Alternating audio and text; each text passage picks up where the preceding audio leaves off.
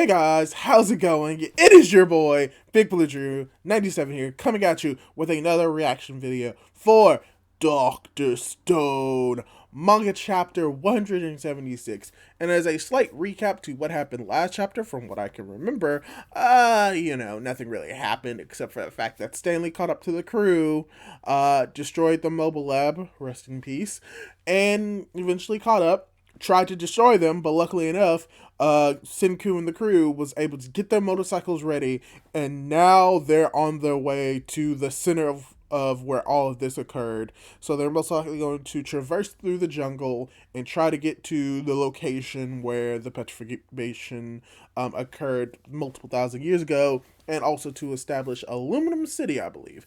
So with that out of the way, let's get right into the reaction. Actually, before we get into reaction, I'd like to ask y'all to subscribe to my YouTube channel if y'all find these reactions interesting, enjoyable, as well as leave a like and a comment down below on whether or not you want me to continue this, because I'm actually really enjoying reacting to Dr. Stone, and hopefully you're enjoying it as well. And now, without the way, let's get right into the reaction with Dr. Stone, where we start off with the cover. Well, not cover, but the first page we start off with is where we see Senku, we see Chrome, and we see Stanley, as they're most likely talking about everything that's going on right now. So, Senku Ishigami, Dr. Zeno, Stanley Schneider. These three have yet to be in the same place at the same time, and now they've nearly avoided a proper encounter by a few tenths of a second. Actually, no, wait, have they? Yeah, I guess they... Oops, sorry for scratching. Yeah, I guess they haven't technically been in the same place in the same time. I mean, like, the closest we've had is, like, Stanley and Senku, where Stanley attempted to kill Senku. Now we have Senku and Zeno, and obviously Zeno with Stanley. So I guess that is true. I don't see why that's really important, but it's factual. And here it is, the cover page. Dr. Stone, Z equals 176, net breaking battle plan. Okay. Motorcycles! Do these things come from... They must have built them during the sea voyage. Okay, yeah, that probably makes sense. And then you have Chrome. Bikes are bad! As the wind is blowing in his face. What a wild feeling! Do we break free from Stanley's net? Trying to surround us was probably just the first phase, right? Phase 2 will be concentrated long-range firepower. Okay, yeah. Okay, so they're probably guessing and predicting that the reason why they're doing all this is because this is a double, like, foiled plan, a double phase plan, multiple phased, and this is coming from Taiju, Kohaku, and oh gosh, what is his name? Tsubasa. So yeah. But once we're free of these tactics, we'll finally be on our way to the Petrification's beam ominous origins. Ooh! Like I said, we're going towards the origins. Oh, this is gonna be great. I'm gonna be honest. I think we're gonna get to see not necessarily the origins, but I think that we will at least like begin to get to like the area where the Petrification beam occurred. So that would be very, very cool and interesting. All right. Okay, here it is. Fire! Okay, so they're about to, like, fire at the crew, and I see on the other page that they actually do fire at the crew, and we have Zeno, who's like, don't you think you should use the hostage as a shield? We sure will. How brutal! Of course, dear Hyoga. That's his name. I keep forgetting Hyoga's name because, he's the enemy and he rarely says anything. Yeah, thanks, Skeen. Of course, dear Hyoga, we'd be the one to unhesitatingly take cold-blooded action. I mean, yeah, makes sense. So that's why you had him on that bike. Which bike? I think he's on the bike with Senku. You know what? Let me check. I'm pretty sure he's on the... Oh, no, he's not on the bike with Senku. Man, big sad. Because that would make so much sense, like, having him on the same bike as Senku, so that, freaking Stanley doesn't shoot him. But I guess like having it with Hyoga, who is willing to use him as a human shield.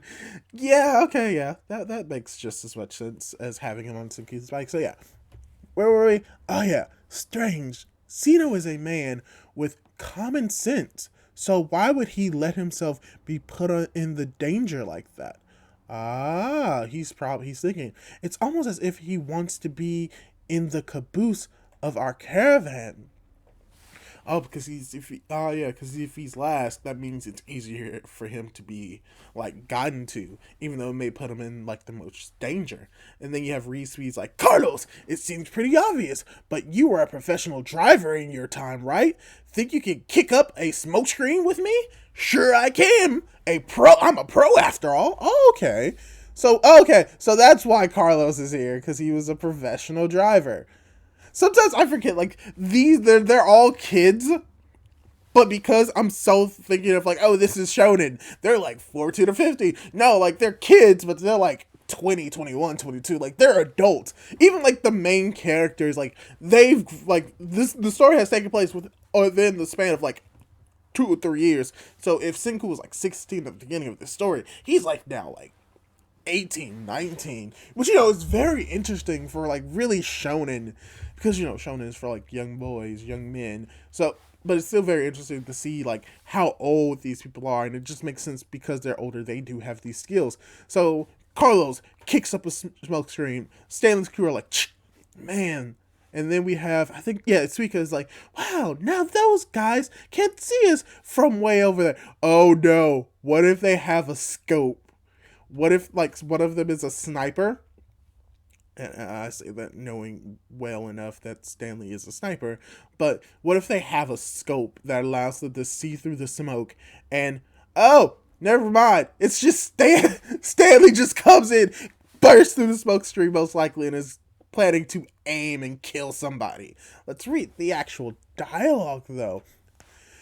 Single file now, with Zeno as a shield in the rear, we'll be going for headshots so keep your heads down. Headshots?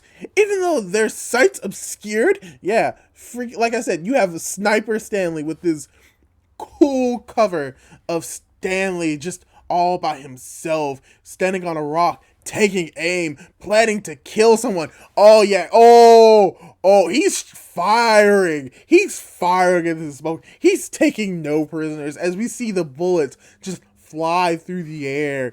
He's missing them. Everyone is ducking, but Zeno is just standing there. Oh gosh. Oh, he's just sitting there waiting for people to attack. Oh no. Oh gosh. Oh, this is bad. Oh, this is bad. What we see here is that the bullets that are fired, they hit 2 people. They hit Hyoga and Tsukasa, and that's not good. That means that the 2 strongest fighters in the Kingdom of Science have been injured. Oh no. Oh, thank gosh. Hidden armor? Tsukasa and Hyoga are hit. My life is not in danger. Oh, okay. That's okay. That makes okay. So yeah, they've been hit, but it's or at least Hyoga has been hit, but it's a non-fatal hit, and it's like okay, so his life is not in danger. Okay, and then you have not Hyoga, but then you have Kaku who's like this. With all this dust and smoke, hidden bikes could cause a crash and kill Zeno. He made the next best move and went after our main fighters. Yeah. Oh, man. In an instant, he deduced the optimal targets, Tsukasa and Hyoga's arms. Which, yeah, that makes sense. And now we have Stanley. Okay, yeah, I see. Okay, now I see what Hyoga has done. He has put Zeno on the back as an actual target, as an actual shield. And then you have Stanley who takes the takes the, oh gosh, what is it? Oh gosh, am I having a brain fart? binoculars. There it is. Now we have Stanley taking binoculars from Rule 43 Stanley, Stanley with boobs, as he's about to look through them, I believe. Oh yeah. No matter what trouble he's in, Zeno will be sure to give us some kind of signal. That's the type of man he is. Oh shoot. Zeno's apparently giving a signal. He's closing his eyes. He's opening them back up. Oh, he's using Morse code. Oh, that's interesting. He's using Morse code by blinking. Takes notes, Charlotte. Okay, so her name is Charlotte. Good to know. Now I can stop calling her Rule 43 or Rule 36 or Rule whatever on the internet. Stanley. Okay, so Charlotte. Oh wow. I'm sorry. Her blood is just very out there. I got a little bit distracted. Okay, so Zeno is now using Morse code. Oh shoot. Okay, he's using Morse code. Stanley is interpreting it. But what is going to happen now is that we see the plane being launched from the ship. So most likely they're going to use whoever the pilot is, and in this case, the dude who was able to locate the sonar. He's going to go after the crew. Oh, Ukyo is like, I hear an engine. They're sending out a plane. Ryusui, keeping us in range of their planes is the third phase of their net, and the nastiest yet. Suika is like, how can we possibly escape? And then you have Senku most likely saying, we can't. As soon as they get a plane flying over this desert, our chances of survival drop to 0. Which, I mean, yeah, makes sense. People say it's like shooting fish in a barrel.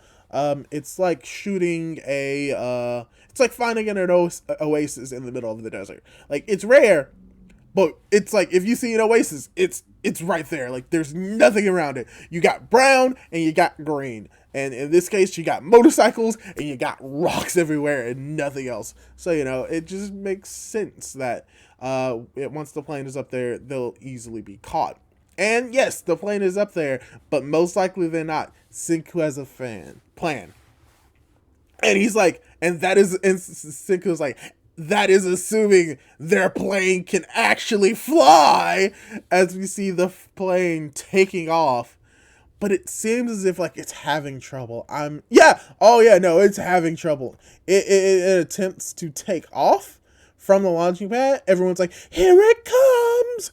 And it begins to launch. But it's like, why? Don't know. The second we took off, the engine went kaput. Haha. Seems like our science time bomb finally blew up. Yep. When we crashed after the dogfight, we were forced to abandon. We were forced to abandon the plane. We weren't about to be some idiots who leave it behind. A war machine the enemy was 10 billion% sure to steal back. It crashed and they made like a bomb. And now we have Carlos like, I've heard about this because so many cars were damaged from the pranks where sugar was poured into the car's gas tank. They made it so that you can only open the gas filler port from the inside.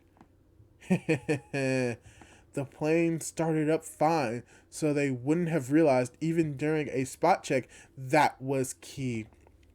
By the time they caught on, it was too late because the sugar had turned to carbon sludge and scorched the primitive engine.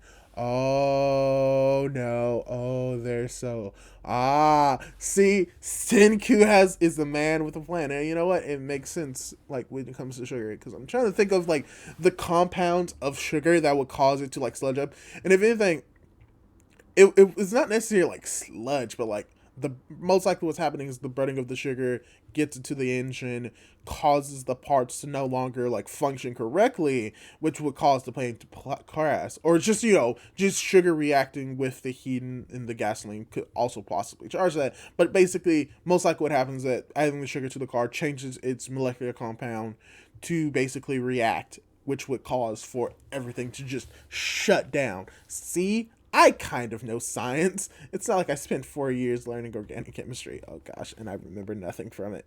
Oh, if only I paid more attention. But it doesn't matter because they get launched from the plane. The plane gets decimated, and most likely what's happening is that Senku and this crew, yep, they escape. As Stanley looks on with like, oh, this boy. I'm gonna kill this boy. That's what Stanley's look has. And then they escape. All right, we broke through Stanley's net, and now we're off to the petrification's ground zero. We're taking these bikes right across South America as the chapter ends. And now, thinking about what I just read, I think if not next chapter, within the next, like at the very least within the next 5 chapters, we're going to get to the location of the petrification beam, and most likely in between that moment, petrification being ground zero, between that moment and this moment, we'll probably have like a few adventures in the Amazon. It can be stretched out from like 1 to 2 chapters to 4 to 5. It just depends. And I think this was a really cool chapter of Dr. Stone. Nothing like really like extreme happened. It was just really a whole lot of just strategy and setup. Like, even though they were able to escape, like, the first wave of Stanley's attack, Stanley succeeded with the second one. And also, it is smart to use Zeno as a shield, since you know for a fact that Stanley would never try to, like, attack, like, Zeno. But Stanley is, like, a military veteran, so he has ways around it by, like, shooting out and disarming, both physically and like metaphorically, he technically didn't disarm, like made like their best fighters like arms like mute, and yeah, he did attempt to kill Hyoga, but luckily enough Hyoga had a way of protecting himself, but he's still injured. Their best fighters that could potentially like take out Stanley are now injured, so they're gonna have to deal with that, which is, even though they did escape, they did like suffer like a loss because now their best fighters are not in the tip top shape. And even with Stanley, and what probably is happening is that even though they'll be going through South America, Zeno probably sent them Morse code telling them the location of where they're going to end up. That's why that probably is going to play stupid car. That's probably going to play a role within the next few chapters, where like they may stay in that location for a while, but it's not going to be safe because of sending Morse code to Stanley. And even with like the idea of the plane, it just makes sense to sabotage the plane, because when you really think about it, like Stanley and his crew lost the plane, and they didn't have any fail safe to like prevent the enemy from having it. So it just makes sense that they see that mistake. The kids see the mistake that Stanley and the Kingdom of America did, and like they made sure that, we took their plane and we used it, they may take our plane and try to use it, so let's sabotage it. And they use the sugar, which, as I explained, I kind of understand how that works, but that's really cool. And seeing that, yes, they do escape, the plane is no longer an issue, Stanley and his crew can't really catch up to Senku now, but like I said, most likely what's going to happen is that Stanley is going to use the Morse code, and it's probably going to tell them the location of where they're going to be, and then there's going to be another confrontation there with the source of Ground Zero, where we're going to get more information about the petrification. So that's going to be cool, and probably they may try to establish Illumina City, like, on their way there, so that's going to be interesting. Really enjoyed this chapter. I can't wait for the next chapter of Dr. Stone. I'm going to be honest, like, I think I just really like Dr. Stone. If anything, I may continue doing these reactions to it because I just enjoy, like, reading it in this way. I think I'm enjoying Dr. Stone more now recording it than I've actually enjoyed just reading it and talking about it and doing all of that. I may even do this for, like, other series, potentially. I don't know. But hopefully you enjoyed my reaction. I enjoyed reading Dr. Stone. Hopefully you'll subscribe, like, comment, do all of that cool jazz. And I'll catch you in the next video. Goodbye for now. Bye. Oh yeah, we got scientists on motorcycles. Always a cool thing.